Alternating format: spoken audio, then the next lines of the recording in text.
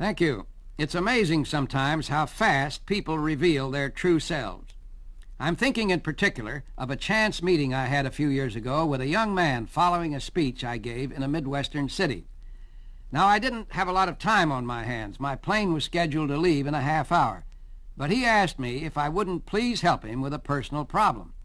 Okay, I said, I'd be happy to talk with you, but we'll have to do it in a taxicab out to the airport, if that's all right with you. Well, we both got in the cab, and he started to talk at once. You know, he said, I'm miserable. I'm stuck with a lousy job. What's the matter? I said. Aren't you making enough money? It's not that, he said. I'm making $10,000 a year, and if I stick with it, I'll be making more in time. But it's not my cup of tea. All right, I said. What is it that you'd really like to do? Well, he replied, I'd like to get into commercial aviation. Trouble is, though, I don't think I could make $10,000 for at least a few years. Then he said something else which gave me an important clue as to the nature of his real problem. That after this word.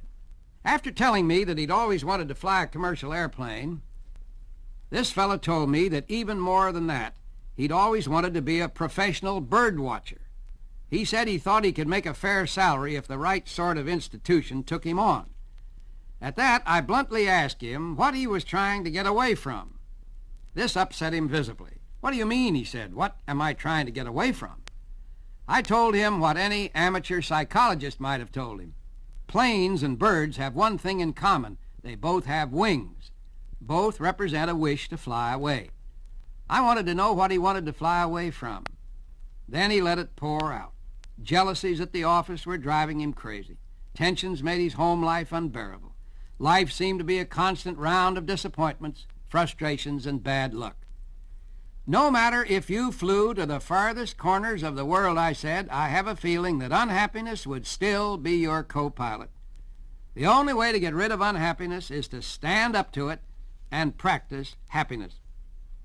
And then and there I gave him a 3-point program in how to practice happiness. The first order of business is to think happy. The more you think of yourself as happy, the happier you become. Think of the things you have to be happy for. The second step is to act happy. Walk with a spring in your step. Don't be afraid to smile at people.